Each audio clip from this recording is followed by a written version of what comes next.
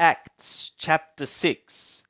Now in these days, when the number of the disciples was multiplying, there arose a murmuring of the Hellenistic Yehudim against the Hebreim, because their widows were being overlooked in the daily ministration. And the 12, having called to themselves the multitude of the disciples, said, It is not fit that we should forsake the word of the God and serve tables. But, brothers, muster ye from among you 7 men of good report, full of the Spirit and of wisdom, whom we may appoint over this business. But we will continue steadfastly in prayer and in the serving of the word.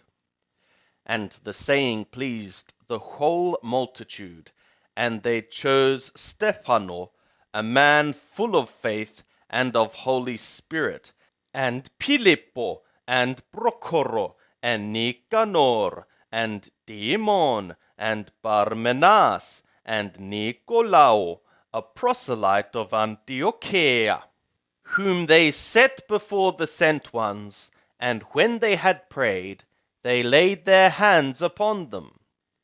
And the word of the God increased, and the number of the disciples multiplied in Jerusalem exceedingly, and a great company of the priests were obedient to the faith. And Stephano, full of grace and power, wrought great wonders and signs among the people.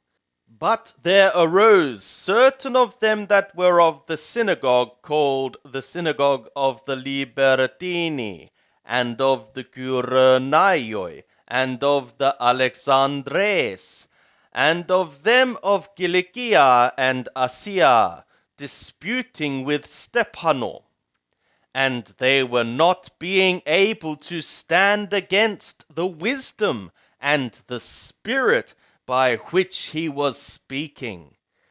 Then they suborned men, who said, We have heard him speak blasphemous words against Moshe and against the God. And they stirred up the people and the elders and the scribes, and came upon him, and seized him, and brought him into the council, and set up false witnesses, who said, This man ceaseth not to speak words against this holy place and the law. For we have heard him say that this Yeshua, the Nathoraya, shall destroy this place, and shall change the customs which Moshe delivered to us. And all that sat in the council, fastening their eyes on him, saw his face as if a face of a messenger.